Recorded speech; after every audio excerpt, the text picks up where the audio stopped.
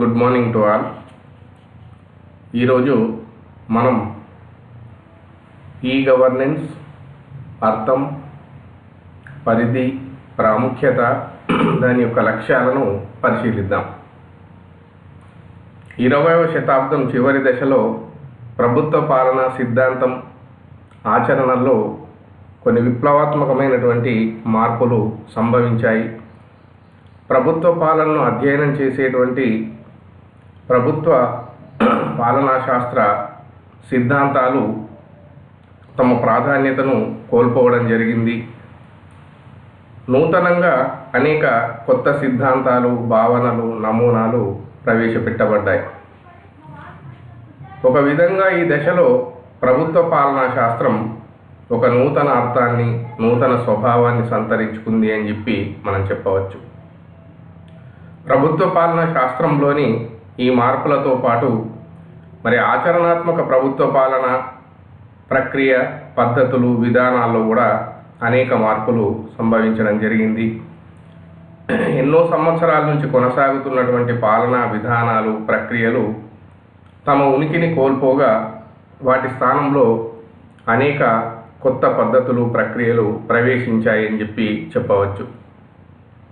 20వ శతాబ్దం చిట్ట చివరి దశలో ప్రభుత్వ పాలన ఒక శాస్త్రంగా, ఒక ప్రక్రియగా అనేక మార్పులకు గురి కావడానికి ప్రధాన కారణం ప్రపంచంలోని సామాజిక, ఆర్థిక, రాజకీయ రంగాల్లో సంభవించినటువంటి పరిణామాలే మనం ప్రధాన కారణంగా చెప్పుకోవచ్చు. ఇక్కడ ప్రజలు సమర్థత, నైపుణ్యంతో పనిచేసేటువంటి చిన్న ప్రభుత్వాల కోసం ఒత్తిడి చేయడం ప్రారంభమైంది.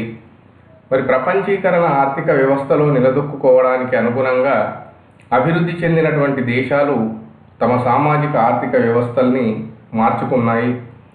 ప్రజల కోరికకు అనుగుణంగా ప్రభుత్వం పౌరుల మధ్య సంబంధాలు, మెరుగైన పాలనా కార్యకలాపాలను చేపట్టడం కోసం దారి తీశాయని చెప్పి మనం చెప్పవచ్చు.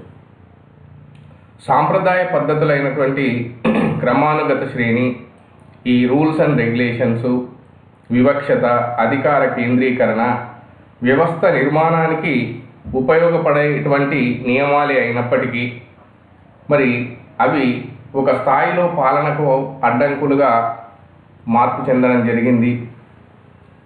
సూక్ష్మ పాలనా సామర్థ్యం, పారదర్శకత, ఉద్యోగుల సంఖ్యను తగ్గించడం వంటి చర్యలు ఇటీవలి కాలంలో అనేక ప్రభుత్వాలు చేపడుతున్నాయి. పౌరులకు ఒక సంతృప్తికరమైన సేవలు అందించడం ద్వారా మాత్రమే ప్రజల్లో ఉన్న అసంతృప్తి తగ్గించవచ్చు అనేటువంటి విషయాన్ని పాలకులు గుర్తించడం జరిగింది.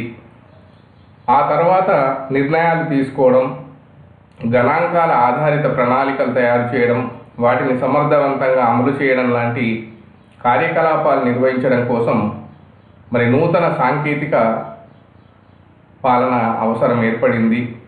దాన్ని మనం ఎలక్ట్రానిక్ పాలన అని చెప్పేసి అంటున్నాం. అంటే ఇన్ఫర్మేషన్ టెక్నాలజీని ఉపయోగించడం ద్వారా ఏర్పడినటువంటి కేంద్ర, రాష్ట్ర, స్థానిక పాలననే మనం ఎలక్ట్రానిక్ పాలనగా అని చెప్పేసి చెప్పుకోవచ్చు. ఈ ఎలక్ట్రానిక్ పాలన బాధ్యతాయుతంగా, సమర్థవంతంగా పౌర సమాజంతో సంబంధం ఏర్పరచుకొని ఒక చక్కటి ప్రజాస్వామ్య ప్రక్రియ ఏర్పడడానికి తోడ్పడుతుంది అని చెప్పి మనం చెప్పుకోవచ్చు. వాట్ ఈజ్ ఎలక్ట్రానిక్ గవర్నమెంట్ అంటే ఎలక్ట్రానిక్ ప్రభుత్వం లేదా ఎలక్ట్రానిక్ పాలన అంటే ఏమిటి అని మనం చూసినప్పుడు, గవర్నమెంట్ త్రో ఎలక్ట్రానిక్ డివైసెస్ అని చెప్పి మనం చెప్పవచ్చు. అంటే ప్రభుత్వం ఎలక్ట్రానిక్ సాధనాల ద్వారా పరిపాలన నిర్వహించడాన్ని ఎలక్ట్రానిక్ పాలన అని చెప్పేసి అంటారు. దీనికోసం ప్రభుత్వం సాంకేతిక పరిజ్ఞానాన్ని, ఇంటర్నెట్ను ఉపయోగించుకొని ప్రజలకు సేవలు అందిస్తుంది. దీన్నే మనం ఈ గవర్నెన్స్ అని చెప్పేసి అంటాం. ఈ గవర్నెన్స్ ద్వారా ప్రభుత్వాలకు, ప్రజలకు మధ్య సత్సంబంధాలు ఏర్పడతాయి. నూతన సాంకేతిక ప్రచార సాధనాలను మరి అటు ప్రజలు ఇటు ప్రభుత్వం విరివిగా ఉపయోగించడం అనేది జరుగుతుంది అని చెప్పవచ్చు. ఈ ఎలక్ట్రానిక్ పాలన వల్ల నూతన నాయకత్వ లక్షణాలు, కొత్త రకమైనటువంటి విధాన నిర్ణయాలు, చర్చలు, నూతన విద్యార్జన పద్ధతులు, ఫర్ ఎగ్జాంపుల్ ఇప్పుడు ఆన్లైన్ టీచింగ్, ఈ కొత్త పద్ధతి కూడా ఇందులో భాగమే అని మనం చెప్పుకోవచ్చు. మరి ఇట్లాంటి పద్ధతుల ద్వారా పౌర సేవలు అందించడం అనేది జరుగుతుంది. అంతేకాకుండా మరి ప్రజలకు గతంలో కంటే తమ హక్కులు బాధ్యతల గురించి వాళ్ళు తెలుసుకోవడం కోసం ఈ పాలన ఎంతగానో ఉపయోగపడుతుంది అని చెప్పవచ్చు. అంతేకాకుండా ప్రజలు ఎప్పుడైనా ఎక్కడైనా తమ యొక్క అవసరం మేరకు కావలసినటువంటి సమాచారాన్ని, ప్రభుత్వ సేవల్ని పొందేటువంటి అవకాశంను ఎలక్ట్రానిక్ పాలన అందిస్తుంది అని మనం చెప్పుకోవచ్చు. మరి ప్రభుత్వం నుంచి సమాచారం పొందడం కోసం సరి అయినటువంటి రికార్డులు లభ్యం కాకపోవడం వల్ల, నియమ నిబంధనలకు పద్ధతులకు ఇంపార్టెన్స్ ఇవ్వడం వల్ల మరి పౌరులకు సమాచారం అందడంలో ఆలస్యం అనేది జరుగుతుంది. మరి ఈ ఎలక్ట్రానిక్ గవర్నెన్స్ ద్వారా ఎక్కువ సమయం వృధా అవడమే కాకుండా అవినీతి కూడా అరికట్టబడుతుంది అని చెప్పవచ్చు. ఎందుకంటే జనరల్గా జాప్యం అనేది అవినీతికి దారితీస్తుంది. మరి ఎలక్ట్రానిక్ పాలన ద్వారా జాప్యాన్ని నివారించవచ్చు కాబట్టి తద్వారా అవినీతి కూడా తగ్గేటువంటి అవకాశం ఉంది. అంతేకాకుండా ట్రాన్స్పరెన్సీ పెంపొందేటువంటి అవకాశం ఉంది. ఎలక్ట్రానిక్ పాలన ద్వారా మరి ప్రభుత్వ వెబ్సైట్లలో ప్రభుత్వం చేసిన పనులు, జీవోలు, సమాచారం, నిర్ణయాలు అన్నీ కూడా అందులో ఉంచబడతాయి కాబట్టి మరి పారదర్శకత అనేది ఏర్పడుతుంది అని చెప్పుకోవచ్చు. ఇలా సరళమైనటువంటి నియమ నిబంధనల ద్వారా సాంకేతిక నైపుణ్యాన్ని ఉపయోగించి సమర్థవంతమైన పాలన అందించడమే ఈ గవర్నెన్స్ అని మనం చెప్పుకోవచ్చు. మరి ఈ గవర్నెన్స్ యొక్క లక్ష్యాలు ఏమిటి అనేది మనం ఇప్పుడు చూద్దాం. ఈ గవర్నెన్స్ యొక్క ముఖ్య ఉద్దేశం ఏంటంటే ప్రభుత్వ నిర్ణయాలను మెరుగుపరచడం లేదా యోగ్యమైన ప్రభుత్వ నిర్ణయాలను తీసుకోవడం. అంటే ప్రభుత్వం సమర్థవంతమైనటువంటి నిర్ణయాలు, ప్రజలకు ఉపయోగకరమైనటువంటి నిర్ణయాలను తీసుకోవడం. రెండోది, ప్రభుత్వం పట్ల పౌరులకు అత్యధిక స్థాయిలో విశ్వాసాన్ని కల్పించడం. అంటే ప్రభుత్వం పట్ల ప్రజలకు ఇతోధికమైనటువంటి నమ్మకాన్ని కలిగించడం కూడా ఈ గవర్నెన్స్ యొక్క లక్ష్యంగా మనం చెప్పుకోవచ్చు. అంతేకాకుండా ప్రభుత్వ కార్యకలాపాల్లో ప్రజలు, ప్రజా సంస్థల యొక్క భాగస్వామ్యాన్ని పెంచడం. అంటే ఈ ఎలక్ట్రానిక్ డివైసెస్ ద్వారా మరి ప్రజలు కూడా తమ అభిప్రాయాన్ని వ్యక్తం చేయడం, ప్రభుత్వ కార్యక్రమాల్లో వాళ్ళు కూడా పాలు పంచుకునేలా చేయడం దీని యొక్క లక్ష్యం. మరి ఇదివరకు మనం చెప్పినట్టుగా సమాచారం అంతా కూడా ప్రజలకు అందుబాటులో ఉండడం వలన మరి ఎలాంటి గోప్యత, దాపరికం అనేవి ఉండదు. దాంతో పారదర్శక ప్రభుత్వం ఏర్పడుతుంది అని చెప్పుకోవచ్చు. అంతేకాకుండా ప్రభుత్వం తాను చేసిన పనులకు ప్రజలకు జవాబుదారీగా ఉంటుంది అని మనం చెప్పుకోవచ్చు. అంతేకాకుండా ప్రభుత్వం ఏవైనా విధానపరమైన నిర్ణయాలు తీసుకునేటప్పుడు మరి ప్రజల యొక్క అభిప్రాయాలను కూడా సేకరించడం జరుగుతుంది. దీంతో ప్రజల అభిప్రాయాలకు కూడా ఇక్కడ ప్రాముఖ్యత ఇవ్వబడుతుంది అని చెప్పవచ్చు. ప్రజలు వెలుబుచ్చినటువంటి అభిప్రాయాలకు అనుగుణంగానే విధానపరమైన నిర్ణయాలు రూపొందుతాయి. అంతేకాకుండా మరి ప్రజలు ఎదుర్కొనేటువంటి సమస్యలకు, అభివృద్ధి చర్యలకు నూతన పద్ధతుల్లో మరి ప్రోత్సాహం ఇవ్వడం అని మనం చెప్పుకోవచ్చు. అంటే ప్రజలు ఏవైతే ఇబ్బందులు, సమస్యలు ఎదుర్కొంటున్నారో మరి వాటికి ఈ టెక్నాలజీ ద్వారా పరిష్కారాన్ని చూపడం ఈ గవర్నెన్స్ యొక్క ముఖ్య ఉద్దేశంగా మనం చెప్పుకోవచ్చు. ఇప్పుడు ఈ గవర్నెన్స్ యొక్క పరిధిని మనం పరిశీలిద్దాం. ఈ గవర్నెన్స్ పరిధిని మనం చూసుకుంటే ఇదొక విస్తృతమైనటువంటి భావనగా మనం చెప్పవచ్చు. వాస్తవంగా గవర్నెన్స్ అనే భావన కూడా చాలా విస్తృతమైంది. మరి గవర్నెన్స్ అనేటువంటి భావనలో రాజ్యం యొక్క సంస్థాగత ఏర్పాట్లు, నిర్ణయీకరణ ప్రక్రియలు, వాటిని అమలుపరిచేటువంటి సామర్థ్యం, ప్రభుత్వ అధికారులు ప్రజలకు మధ్య గల సంబంధాలు, ఇట్లాంటి అనేక అంశాలు ఇమిడి ఉంటాయి. మరి ఈ గవర్నెన్స్లో కూడా ఇవన్నీ అంశాలు దాని పరిధిలోనికి వస్తాయి అని చెప్పి చెప్పుకోవచ్చు. మరి ఈ గవర్నెన్స్ అంటే వివిధ మార్గాల ద్వారా ప్రభుత్వ సంస్థల నిర్వహణలో ప్రజల భాగస్వామ్యాన్ని విస్తృత స్థాయిలో పెంపొందించడం, ప్రభుత్వం, పౌర సమాజం, రాజకీయ సంస్థలు సమాచార సాంకేతిక పరిజ్ఞానాన్ని వినియోగించడం అని చెప్పి మనం అర్థం చేసుకోవాల్సి ఉంటుంది. ఫర్ ఎగ్జాంపుల్, రాజకీయవేత్తలు కానీ రాజకీయ పార్టీలు తమ నియోజకవర్గాల నుంచి సమర్థవంతంగా ప్రజల యొక్క అభిప్రాయాన్ని సేకరించడం, పౌర సమాజ సంస్థలు రాజకీయ వ్యవస్థ పట్ల ప్రజల్లో అభిప్రాయాల్ని సేకరించే ప్రక్రియలో ఈ ఇంటర్నెట్ను వినియోగించడాన్ని మనం ఈ గవర్నెన్స్గా చెప్పుకోవచ్చు. అంటే ఇక్కడ ప్రభుత్వమే కాకుండా రాజకీయ పార్టీలు కూడా ప్రజలు ఎదుర్కొంటున్న ఇబ్బందుల్ని, ప్రజా సమస్యల్ని, ప్రజా అభిప్రాయాల్ని మరి ఈ ఇంటర్నెట్ సహాయంతో సేకరించి ప్రభుత్వం దృష్టికి తీసుకుపోవడం అనేది జరుగుతూ ఉంది.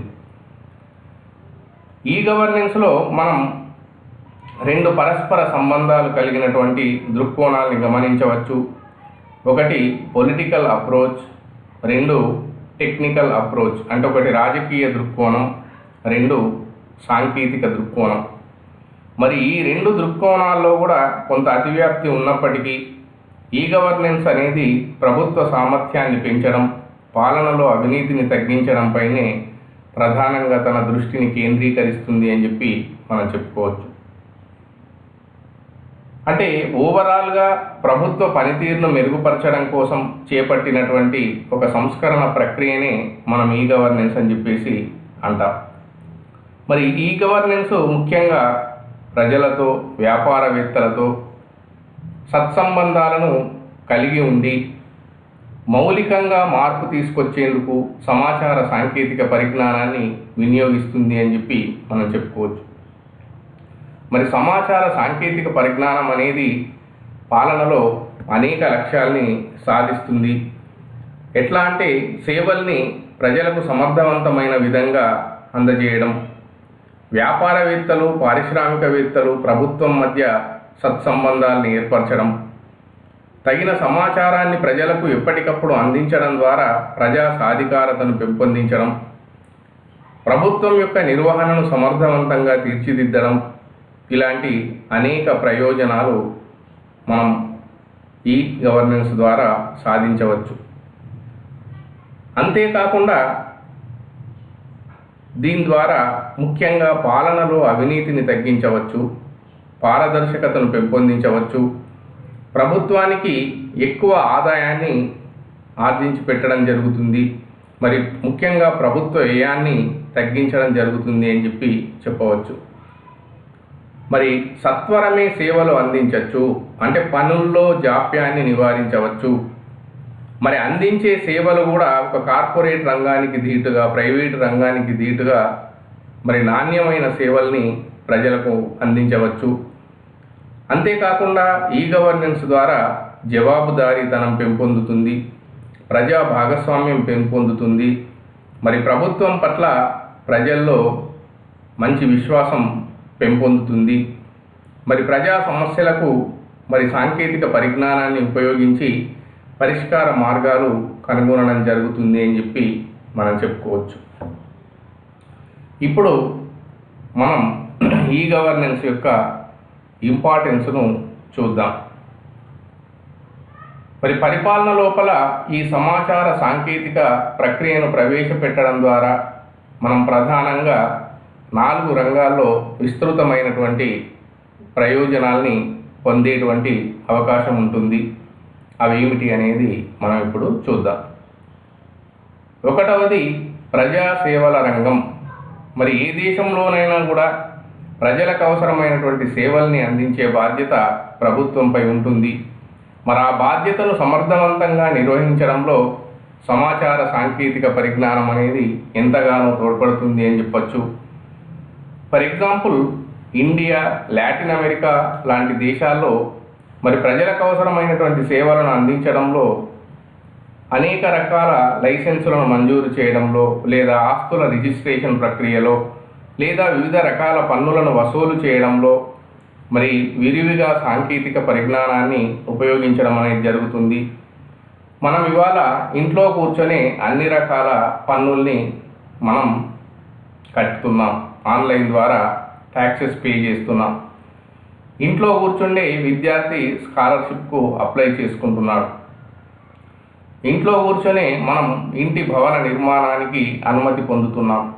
అట్లా ఆన్లైన్ ద్వారా మరి ప్రభుత్వం ప్రజలకు కావలసినటువంటి సేవల్ని విరివిగా అందిస్తుంది అని చెప్పవచ్చు. మరి నిర్బంధపూర్వక విధానాలు నిర్వహించే శాఖల్లో కూడా మనం ఇవాళ సాంకేతిక పరిజ్ఞానాన్ని విస్తృతంగా వినియోగించడం జరుగుతుంది. ఫర్ ఎగ్జాంపుల్ రక్షణ రంగం, పోలీసు రంగం, మరి రిజిడ్ రూల్స్ అండ్ రెగ్యులేషన్స్ ఉంటాయి.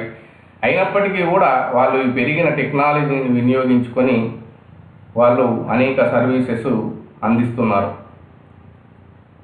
మరి ఈ సాంకేతిక పరిజ్ఞానాన్ని ఉపయోగించడం ద్వారా ప్రజలకు అనేక ప్రయోజనాలు సమకూరుతున్నాయని మనకు అనేక పరిశోధనలు కూడా తెలియజేస్తున్నాయి.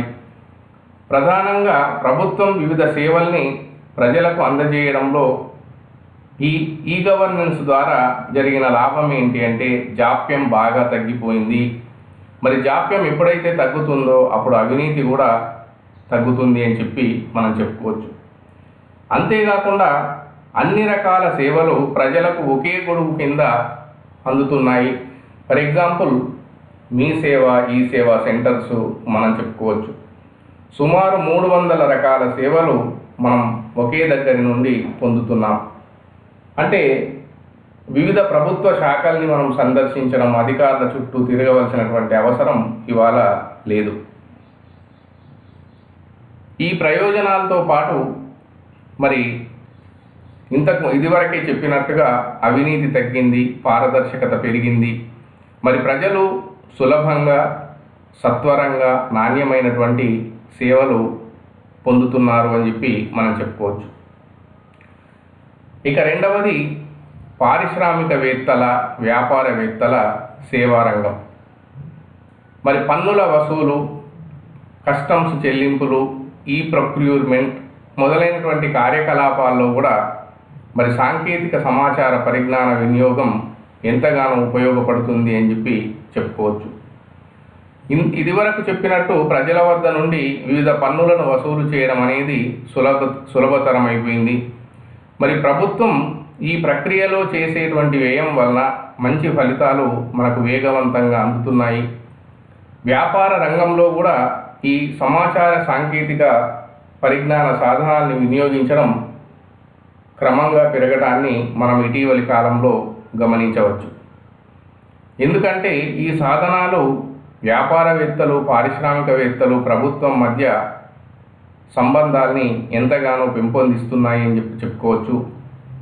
ఫర్ ఎగ్జాంపుల్ పారిశ్రామికవేత్తలు కానీ, వ్యాపారవేత్తలు కానీ మరి ప్రభుత్వం నుంచి పొందే సేవల్లో అనేక అవరోధాలను ఎదుర్కొంటూ ఉంటారు. ఫర్ ఎగ్జాంపుల్ వాళ్ళు ఒక లైసెన్సును పొందాలి అంటే మరి దానికి ప్రభుత్వానికి దరఖాస్తు చేసుకోవాలి. అనేక డిపార్ట్మెంట్స్ యొక్క పర్మిషన్ కొరకు అనేక కార్యాలయాల చుట్టూ తిరగాలి. మరి అలాంటి అవసరం లేకుండా ఆన్లైన్ ద్వారా ఒక్క దరఖాస్తు చేసుకుంటే అన్ని రకాల డిపార్ట్మెంట్స్ పర్మిషన్తో కేవలం 15 నుండి 30 రోజుల లోపల వాళ్ళు ఎంత పెద్ద పరిశ్రమకైనా లైసెన్సు ప్రభుత్వాలు మంజూరు చేస్తున్నాయి. ఫర్ ఎగ్జాంపుల్ తెలంగాణ ప్రభుత్వం ప్రవేశపెట్టినటువంటి TSI పాస్, మరొక ఇండస్ట్రీ పెట్టుకుంటారని ఒక ఔత్సాహికుడు ముందుకు వస్తే వాళ్ళు దరఖాస్తు చేసిన 15 నుండి నెల రోజుల లోపల అన్ని రకాల అనుమతులు మంజూరు చేయడం మనం గమనించవచ్చు. ఈ విధంగా చాలా సౌకర్యాలు మరి పారిశ్రామిక వ్యాపారవేత్తలు కూడా పొందడం జరుగుతుంది. వాళ్ళు చెల్లించవలసిన పన్నుల్ని చెల్లిస్తున్నారు.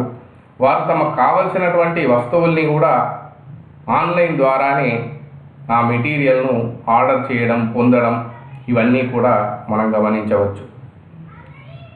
ఇలా ప్రజలకే కాకుండా పారిశ్రామిక వ్యాపారవేత్తలు, వాణిజ్య వర్గాలు కూడా మరి ఈ ఇంటర్నెట్ ఈ గవర్నెన్స్ ద్వారా లాభాలు పొందుతున్నారు అని చెప్పి మనం చెప్పుకోవచ్చు.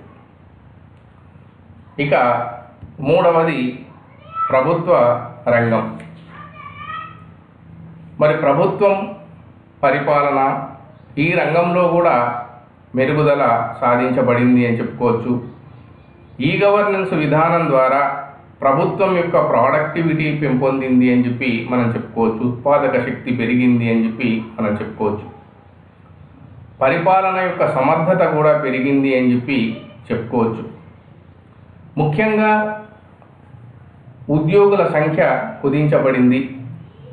అంటే అనేక ఎలక్ట్రానిక్ డివైసెస్ ఎప్పుడైతే అందుబాటులోకి వచ్చాయో మరి ఉద్యోగుల సంఖ్య ఎక్కువగా అవసరం లేకుండా పోయింది. దాంతో ప్రభుత్వానికి అయ్యేటువంటి ఖర్చు కూడా తగ్గింది అని చెప్పి మనం చెప్పుకోవచ్చు. మరి ఈ ఎలక్ట్రానిక్ పాలనా సాధనాల ద్వారా పై స్థాయి ఉద్యోగులు క్రింది ఉద్యోగులను సులభంగా ఇవాళ పర్యవేక్షణ చేయగలుగుతున్నారు. ఫర్ ఎగ్జాంపుల్, ఈ వీడియో కాన్ఫరెన్స్ పెట్టి మరి అక్కడి నుండే సులభంగా తమ అభిప్రాయాల్ని తెలియజేయడం, రూల్స్ అండ్ రెగ్యులేషన్స్ తెలియజేయడం, ఎప్పటికప్పుడు పరిస్థితుల్ని సమీక్షించడం లేదా విధానపరమైనటువంటి నిర్ణయాన్ని సమీక్షించడం జరుగుతూ ఉంది. అంతేకాకుండా బయోమెట్రిక్ అటెండెన్స్ సిస్టమ్ ద్వారా మరి ఉద్యోగి సకాలంలో ఆఫీస్కు హాజరయ్యాడా లేదా అని అక్కడే ఉండి వాళ్ళు పై స్థాయి అధికారులు పర్యవేక్షణ చేయగలుగుతున్నారు. ఇట్లా video conference, teleconference, biometric attendance, అంతేకాకుండా ఈ ఈమెయిల్ ఇలాంటి సాధనాల ద్వారా ఎప్పటికప్పుడు మరి కింది స్థాయి ఉద్యోగుల పనితీరును పర్యవేక్షణ చేయడం, వారికి అవసరమైన సలహాలు సూచనలు అందించడం, తమకు కావలసిన సమాచారాన్ని క్షణాల్లో వాళ్ళు తెప్పించుకోవడం, ఇవన్నీ కూడా జరగడం వలన ప్రభుత్వ పాలనా సామర్థ్యం పెరిగింది అని చెప్పి మనం చెప్పుకోవచ్చు. మరి అంతేకాకుండా ఈ ఎలక్ట్రానిక్ సాధనాల ద్వారా వివిధ మార్గాల్లో సమాచారం మనం సేకరించవచ్చు. మరి ఎక్కువ సమాచారం ఉన్నప్పుడు మనం సమర్థవంతమైనటువంటి నిర్ణయాలు, విధానాలు రూపొందించవచ్చు. మరి ఇది విధానకర్తలకు, అంటే విధానాలు రూపొందించేటువంటి వారికి ఎంతగానో ఉపయోగకరంగా ఉంది ఈ గవర్నెన్స్ అని చెప్పి మనం చెప్పుకోవచ్చు. అంతేకాకుండా ఈ ఎలక్ట్రానిక్ సాధనాలు ఎప్పుడైతే అందుబాటులోకి వచ్చాయో పరిపాలనలోకి, దాంతో కాగితపు పని తగ్గిపోయింది. అందుకే ఇవాళ ప్రభుత్వం కాగితరహిత పాలన అనేటువంటి నినాదాన్ని మన ముందుంచింది. అంటే ఎంత పెద్ద సమాచారం అయినా సరే మరి కంప్యూటర్లలో చిన్న ఒక చిప్స్లో, మైక్రో చిప్లో లేదా హార్డ్ డిస్క్లో భద్రపరచడం జరుగుతుంది. మరొకప్పుడు మనం ప్రభుత్వ కార్యాలయాల్ని సందర్శిస్తే అనేక ఫైళ్ళు, రికార్డులతో ప్రత్యేకంగా కొన్ని రికార్డు రూమ్లు ఉండేవి. మరి అలాంటి అవసరం ఇవాళ లేదు. ఎంత సమాచారాన్నైనా ఒక చిన్న కంప్యూటర్లో భద్రపరిస్తే సరిపోతుంది. అంటే స్థల భావాన్ని, అంటే స్థలాల అవసరాన్ని కూడా ఇది తగ్గించింది అని చెప్పి మనం చెప్పుకోవచ్చు. మరి ఈ ఎలక్ట్రానిక్ పరికరాల్ని పరిపాలనలో వినియోగించడం ద్వారా నిర్ణయాధికారులపైన పని ఒత్తిడి తగ్గి వారు ప్రధాన విషయాలపై తమ దృష్టిని కేంద్రీకరించేటువంటి అవకాశం ఏర్పడింది అని చెప్పి మనం చెప్పుకోవచ్చు. ఇక నెక్స్ట్ ప్రజా సాధికారత అని చెప్పుకోవచ్చు. మరి ఎప్పుడైతే సమాచారాన్ని మనం అందుబాటులోకి తీసుకొచ్చామో అప్పుడు ప్రజా సాధికారత సాధ్యమైంది అని చెప్పి మనం చెప్పుకోవచ్చు. ఎందుకంటే ఇవాళ ప్రజలు కూడా విరివిగా ఈ ఎలక్ట్రానిక్ టూల్స్ను వినియోగిస్తున్నారు. మరి ఈ ప్రక్రియలో ప్రభుత్వ అధికారులు ప్రజలకు అవసరమైన సమాచారాన్ని సేకరించి వారికి అందజేయడానికి ఎక్కువ సమయాన్ని కేటాయించవలసినటువంటి అవసరం లేదు. ఇవాళ ప్రభుత్వం కూడా ప్రతి పనిని, తాను నిర్ణయాలను అవన్నింటినీ కూడా వెబ్సైట్లలో పొందుపరచడం జరుగుతుంది. దాంతో ప్రజలు వెంటనే వాటిని చూడగలుగుతున్నారు. ఆయా విషయాల గురించి తెలుసుకోగలుగుతున్నారు. దీంతో పౌరుల్లో కూడా చైతన్యం వచ్చింది అని చెప్పవచ్చు. ఫర్ ఎగ్జాంపుల్, ఇవాళ లాటిన్ అమెరికా, ఆసియా, యూరోప్ లాంటి దేశాలు ఇంటర్నెట్ ద్వారానే బడ్జెట్లను ప్రవేశపెడుతున్నారు.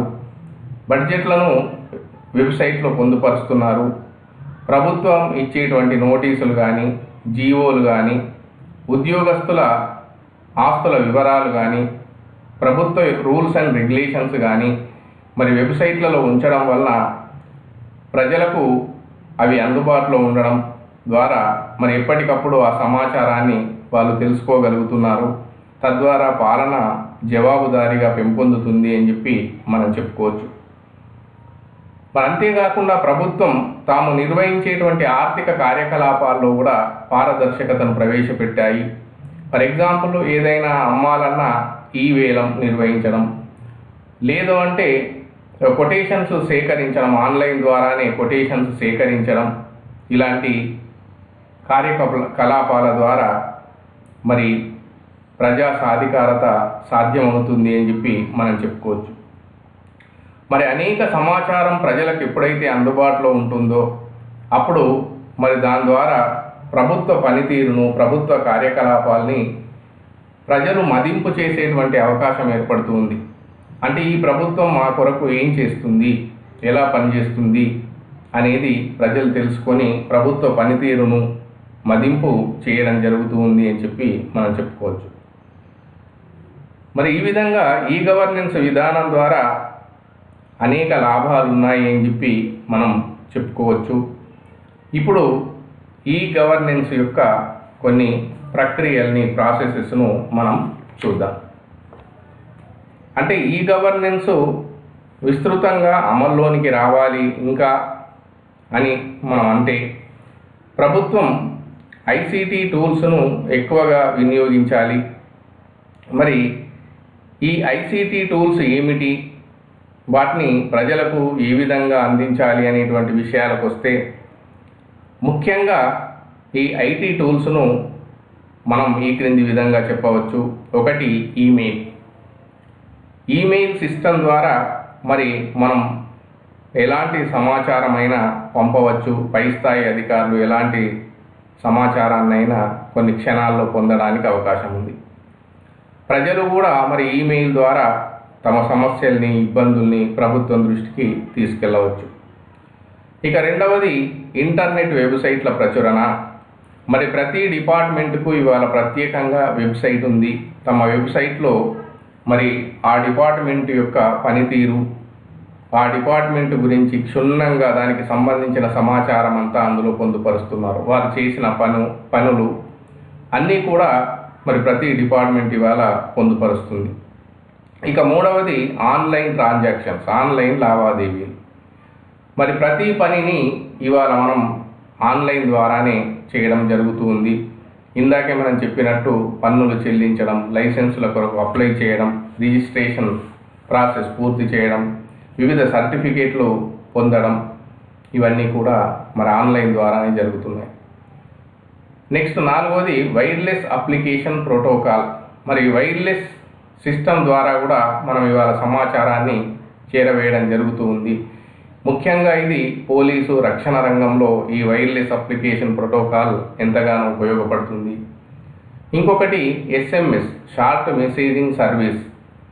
మరి ఈ ఎస్ఎంఎస్ల రూపంలో కూడా మరి మనం ఒకటి అప్లై చేయగానే వెంటనే మనకు ఒక ఎస్ఎంఎస్ వస్తుంది.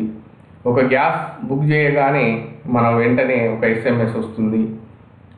ముఖ్యంగా డిగ్రీ విద్యార్థుల యొక్క అడ్మిషన్స్ దోస్తు ద్వారా జరిపినప్పుడు కూడా మరి వెంటనే ఎస్ఎంఎస్ రూపంలో వాళ్ళకి సమాచారం వస్తుంది. ఇట్లా ప్రతి డిపార్ట్మెంట్ కూడా ఈ షార్ట్ మెసేజింగ్ సర్వీస్ ఎస్ఎంఎస్ ద్వారా కూడా తన సేవల్ని అందిస్తుంది.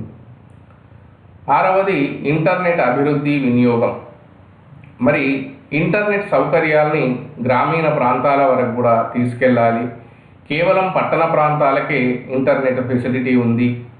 మరి ప్రభుత్వం గ్రామీణ ప్రాంతాలకు కూడా ఇంటర్నెట్ సేవల్ని విస్తరించవలసిన అవసరం ఉంది. ప్రజలు ఈ ఇంటర్నెట్ను ఇంకా ఎక్కువగా వినియోగించేలా చూడవలసినటువంటి అవసరం ఉంది. అంతేకాకుండా ఈ ఐటీ టూల్స్ను, ఐటీ సాధనాల్ని ప్రజలకు అందుబాటులో తీసుకురావాల్సినటువంటి అవసరం ఉంది. ఎందుకంటే ఈ ల్యాప్టాప్లు కానీ, కంప్యూటర్లు కానీ, సెల్ ఫోన్స్ ఇలాంటి ఎలక్ట్రానిక్ డివైసెస్ను మరి తక్కువ ధరకు ప్రజలందరికీ అందుబాటులో ఉంచినట్టయితే, మరి ఈ ఎలక్ట్రానిక్ సాధనాలని వాళ్ళు విరివిగా వినియోగిస్తే మరి ఈ గవర్నెన్స్ అనేది ఇంకా పటిష్టంగా తయారవుతుంది అని చెప్పి మనం చెప్పుకోవచ్చు. మరి ఇలా వెబ్ ఆధారిత ఇంటర్నెట్ అప్లికేషన్లు వినియోగించి ప్రజలకు అత్యుత్తమ సేవలు అందించే ప్రభుత్వాన్ని మనం ఎలక్ట్రానిక్ పాలనగా, ఎలక్ట్రానిక్ ప్రభుత్వంగా మనం చెప్పుకోవచ్చు. మరి ప్రజలందరికీ ఎప్పుడైతే ఈ ఎలక్ట్రానిక్ డివైసెస్ను మరింత చేరువగా చేస్తామో, అందుబాటులోకి తీసుకొస్తామో, అప్పుడే మరి ఈ గవర్నెన్స్ యొక్క ముఖ్య ఉద్దేశం నెరవేరుతుంది అని చెప్పి మనం చెప్పుకోవచ్చు. దీంతో ఈ క్లాస్ కంప్లీట్ అయింది. తిరిగి నెక్స్ట్ క్లాస్లో కలుద్దాం. Thank you one and all. Bye.